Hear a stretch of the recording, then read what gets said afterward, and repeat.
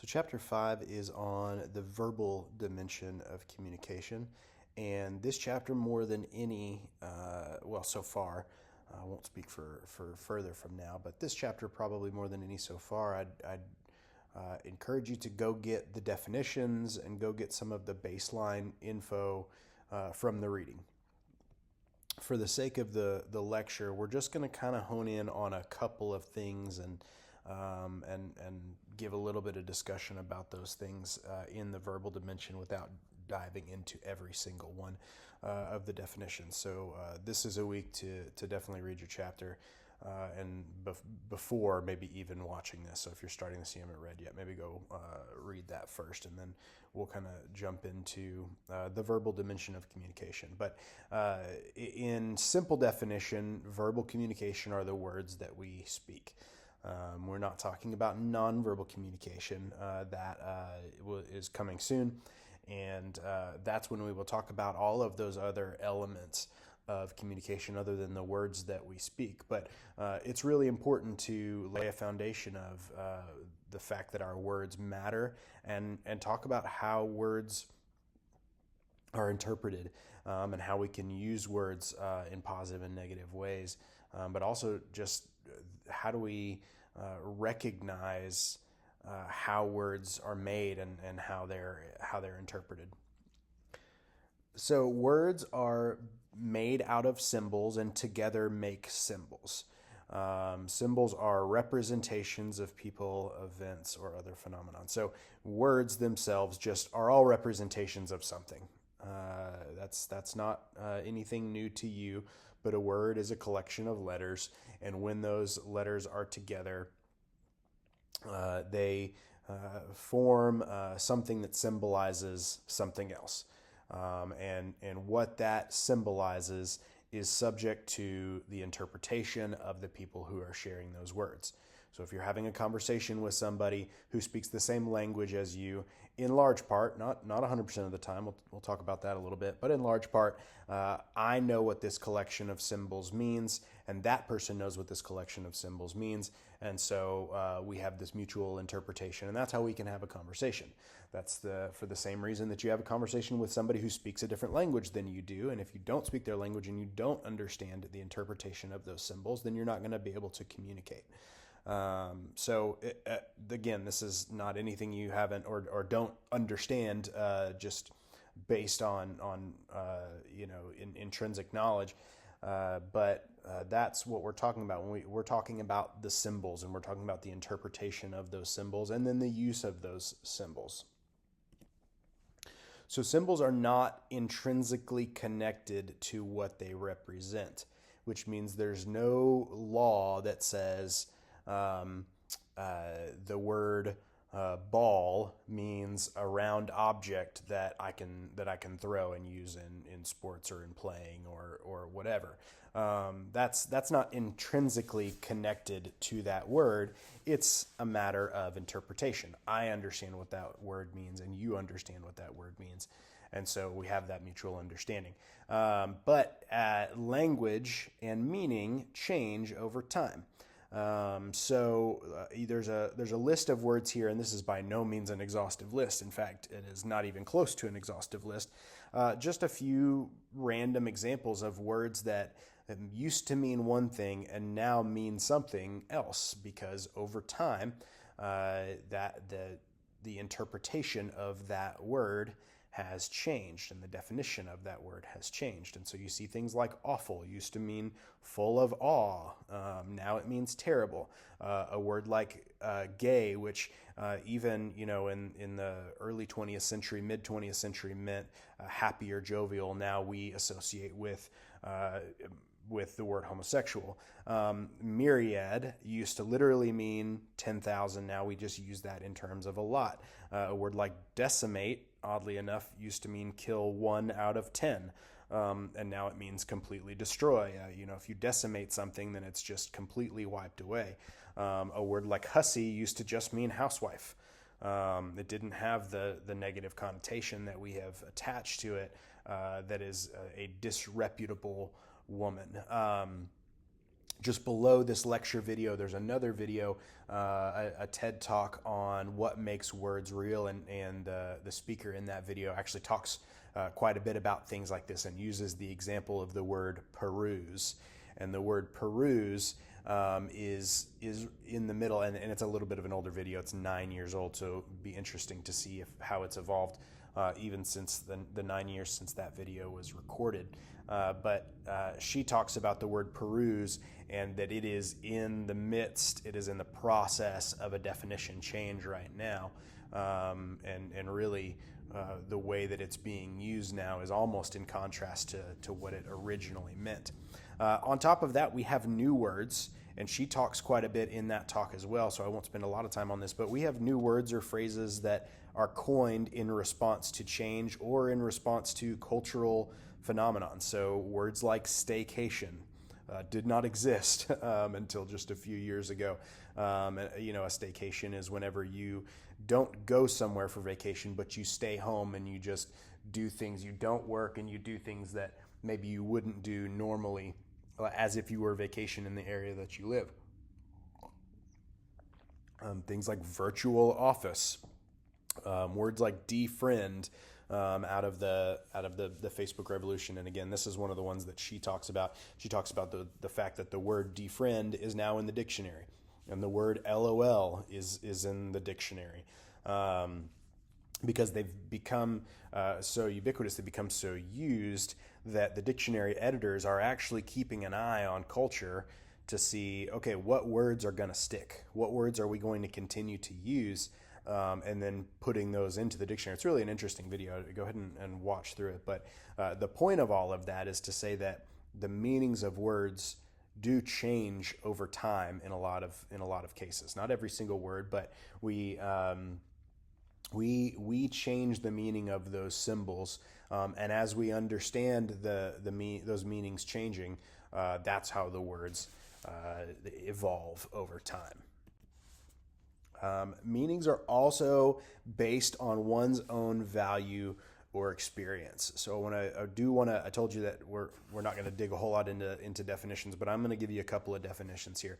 One is denotation and one is connotation. You've probably heard these words before, and this may even be a review to you. If so, that's perfectly fine. But I find myself talking about this a lot in various communication classes, because if we are say writing advertising copy, understanding the denotation of words and the connotation of words is extremely important.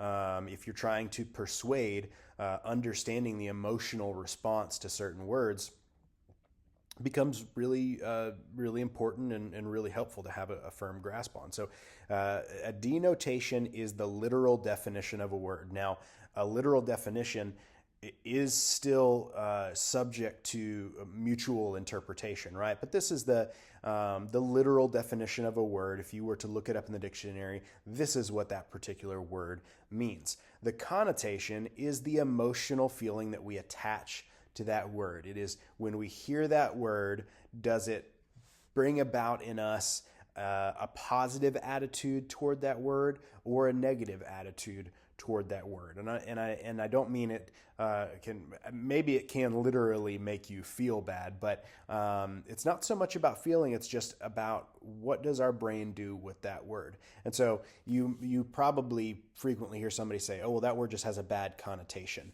What that's saying is, if you don't necessarily look at the literal definition of the word, but look at how do we use that word, and the context in which we use it and the attitude that we have toward it is the way we really see that word and the definition that we really put to it. And a lot of times the connotation is stronger than the denotation. So here's a few examples of three words that essentially mean the same thing. And in most cases, you have a positive connotation, a neutral connotation, and a negative connotation. You can argue, and I've seen in other textbooks as well, that every word either has a positive or negative connotation for people. I think that it's probably more accurate to say some words do just have a neutral connotation. But if you look at three words like interested, questioning, or nosy, Okay, so interested, I have interest in something. That is something that I think of positively, and most people have a positive. Something like interest is like a hobby, or something that you enjoy, or a person that you want to have a relationship with. You're interested in them. That's a positive connotation. Questioning has essentially the same meaning. Now, not literally, but questioning, I could just be asking somebody something. I'm expressing interest by questioning. And then nosy, the negative connotation of nosy, even though it means the same thing, nosy and interested mean the same thing. But the negative connotation related to nosy is that I'm getting into business that's not mine. That's nosy. So, another could be something like, okay, so let's look at the third one down: thrifty, saving, and stingy. Okay, so all three of those things, let's just put it in the context of money, mean the same thing. They all mean to use little money, to not spend a lot of money. And thrifty implies something positive. It means that I am really wise with my money. I'm really careful about my purchases. Maybe I'm thrifty if I do a lot of research before I go to the store and decide what I'm going to buy, and I'm only going to buy things that are on sale. I'm wise. Or I know I really want a new car, but I'm not going to rush it. I'm going to take 3 or 4 months to do my research and find a really good car that's gonna work for me. And I'm gonna wait for that best price that I can find. That may be thrifty.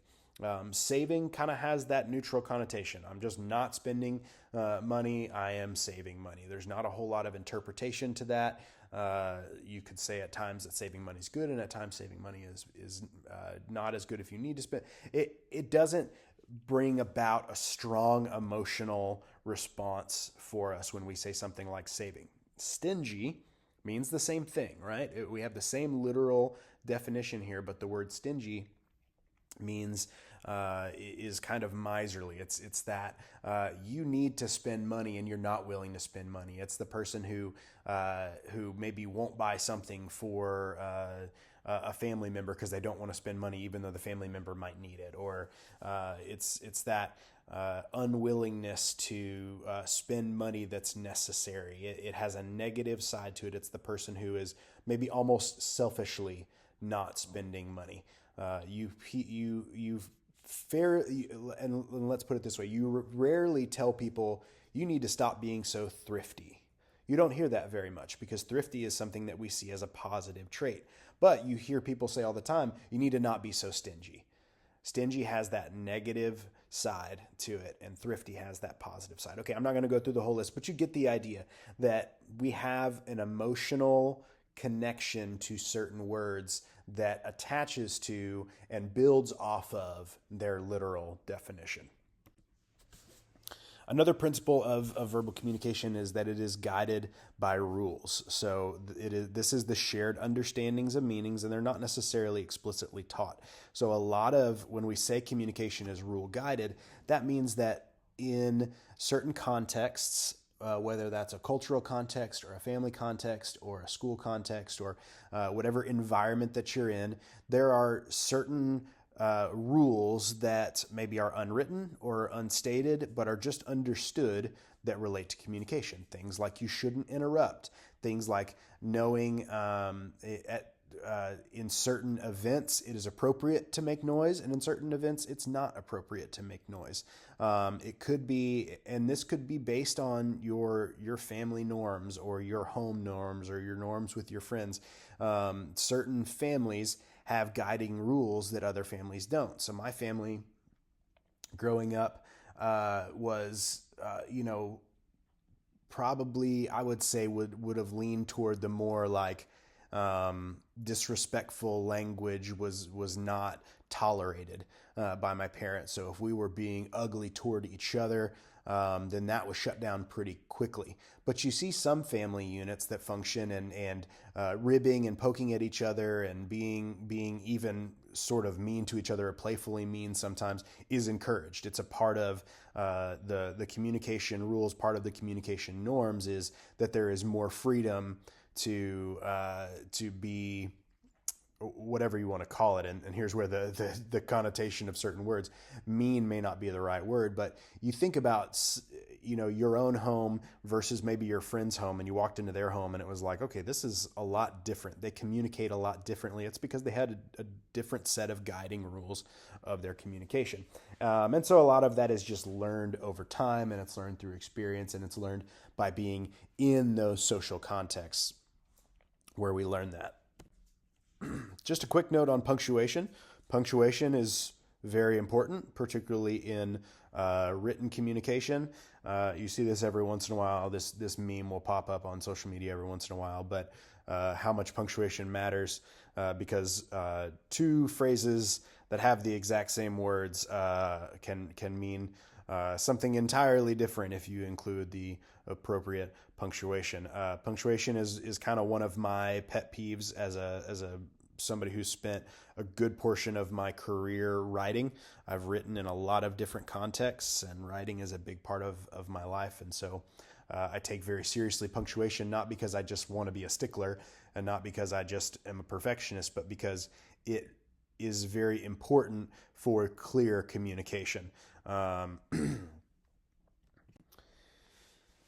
As I mentioned, I'm moving fairly quickly through this because we have other videos in the chapter as well, and I want to touch on a couple of things here at the end. Words evoke emotion. We kind of talked about this a little bit on the denotation and connotation slide, but words have emotional attachment for us. They are not neutral. They are laden with values. They are connected to things, and so words words can strongly slant perceptions and thus meaning. So here's a kind of a silly example, but which meal would you enjoy more, the tender lobster accented with drawn butter, or the crustacean murdered by being boiled alive and then drenched in saturated fat? So those are strong words. That's vivid language that is loaded with emotion. Words like tender, accent, words like murder, boiled alive, drenched, saturated. Those are strong words that bring about more emotion than just lobster with butter, right? So if you saw just lobster with butter, you would know literally what that is, but it doesn't pull any emotion with it. And so really, people who understand language and understand how to evoke emotion with language can be really effective in using words, both in written and in the spoken word. Digital media and verbal communication is really an interesting idea, because if you think about digital media, we most often think of social media and things of that nature. Now, these have become more nonverbal over the years. So if you think, let me just take you back a few years to when I was in college. When I was in college, you couldn't just pick up and video chat with somebody at any point. Skype, the program Skype, had really just gotten off the ground when I was in college. And I even remember, I didn't use Skype in college, but I remember a couple of my friends would, like a guy that I lived with, his girlfriend lived overseas, and it was like this revolutionary thing that he could have Skype calls with her. And they could actually like see each other, though it was, grainy. It was not high quality. You had to be on a good internet connection. It was very, very in its infancy. So that was this introduction of nonverbal communication into the realm of digital communication. Up to that point, we had emails and we had text messages, and it was also the infancy of social media. That was where Facebook was just kind of getting off the ground. So now we have something of a mixture, I think you could say, because when you interact on social media, you are largely doing it through text. So if you are on Instagram, sure, you're going to post something that's going to have a picture, but if you do any kind of commenting or any sort of back and forth, it's probably going to be via text communication, which is verbal communication. If you text with people, which you do quite a bit, any form of texting, is going to be verbal communication. Now, if you text something and then you send a picture of yourself so somebody says something to you that is sad, then you can type text back, but you might also take a picture of yourself, I don't know, making a frowny face or something, or something like that. That's all the incorporation of that nonverbal communication into digital media. But so much of what we do in digital media is verbal communication. So ask yourself if you have ever misinterpreted somebody's tone in a text, or you've tried to figure out somebody's tone in an email or text, and either you got it right or you got it wrong. And maybe you got upset because of somebody's, you can't see my face, but if I were giving air quotes, somebody's tone in an email or text message, and they didn't mean it that way at all. They were just trying to convey information, and you assigned a nonverbal to it that they didn't necessarily want. That's this very consistent problem that we run into when we're talking about the lack of nonverbals in digital communication. So we'll get more into that conversation in the nonverbal chapter. But when you're talking about verbal, the online communication really relies on verbal communication strongly. Probably, maybe even more so than face-to-face, because with face-to-face we can read nonverbal communication, and that can impact so many things. But verbal communication becomes really important, and the words that we use become very important. It's also produced new words. New words have been created from social media and from digital media in general, things like instant message. So in this class, I don't know everybody's age, but you may not have even been a part of the instant message era of having AOL Instant Messenger, where you could literally sit at a computer and have text conversations with multiple people at a time. It was revolutionary. I know that sounds bizarre, but it was revolutionary to be able to sit and have text conversations with people at your computer, not on your phone, but at your computer. But we've also come up with new words like cyberbullying and blog. Blog was born out of the word weblog. So, it was essentially just putting your journal on the internet at the start. And so it was a weblog, which shortened to blog. So new words have come out of the digital media revolution that we have, and in large part added to the dictionary. And again, that'll come up in the video below that talks about some of these new words that have come out of this era. So if I could get you to take one thing from this lesson, it's that words matter. Why are we spending an entire unit talking about words? You're thinking, okay, I know what words are. I've been doing this for a long time.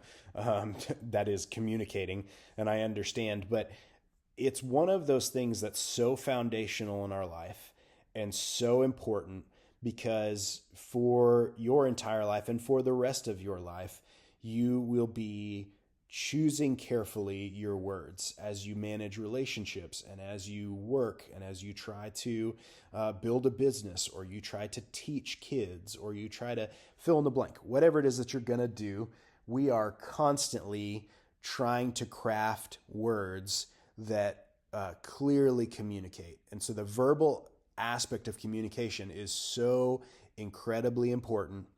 And what I hope that you take away from just this unit, but also begin to develop, is just an understanding of how much words matter. And that is everything from relationships to business to self-talk, to everything. The words that you are using have great impact because they are so emotionally connected. We are so emotionally connected to the words that we say and the words that we receive. So there is a scripture in the book of Proverbs in the Bible. And before I jump into this, I know that maybe not everybody in here fully embraces everything from the Bible. That's not lost on me. I understand. But I'm hoping that that regardless of your opinion across the board, you'll take a look at this as a piece of wisdom, and something that's been written that I think has a lot of truth. So there's a proverb that's written by a guy. He was a king in Israel, and his name is Solomon, and he says, "Death and life are in the power of the tongue, and those who love it will eat its fruits." In recent years, and I say recent, it's probably been 30 years. That's crazy. But in more recent years, there's a new version of the Bible that's come out. It's called The Message, and it's intended to be a little more relatable and a little more modern in its language. And it translates, "Words kill, words give life. They're either poison or fruit. You choose." And so what I hope you take from this is an understanding that, and I believe there's truth in this wisdom, that words have extreme power in our lives. And again, what you say to people matters, and what they say to you matters. And that doesn't mean that we just are nice to everybody and can't we all just get along and sunshine and rainbows. That's not what we're saying at all. Sometimes difficult conversations have to happen, and sometimes you have to challenge people, and sometimes you have to confront people who are doing things that are wrong. This is not just a kumbaya type thing. What we're talking about is that the words that we use have the ability to build people up and to help them and to give life to those people, or to tear them down and to kill them. Not to literally kill them, but to kill their spirit or their passion or whatever it would be. And so maybe this really resonates with you. Maybe you have had people in your life who have continually encouraged you, or have continually challenged you, or have, whenever you're doing something wrong, have pulled you aside and in a healthy and loving way have said, "Hey, I'm really concerned about this thing. I think that you need to be thinking about that." Or maybe, unfortunately, you've had the opposite. Maybe you've had people in your life who have torn you down and have taken the negative approach and have not spoken life, but they've tried to tear you down with words. Maybe you can relate to both. I think that probably the majority of us can relate to both. We've been that person in both cases, and we have been the receiver of that communication in both cases. And so that's ultimately the lesson that I hope you pull from this, is not just some definitions about symbols and meanings. And yeah, that's all good. Denotation is good to understand. Connotation is good to understand. But what does it matter if we have book smarts and we don't have the ability to apply that to life and to our relationships with people? So I hope you understand, or at least will think about this. Again, this is something that I believe to be true, that words kill, or words have tremendous power of death and power of life. They have the power to build people or to tear people down. And it's very, very important.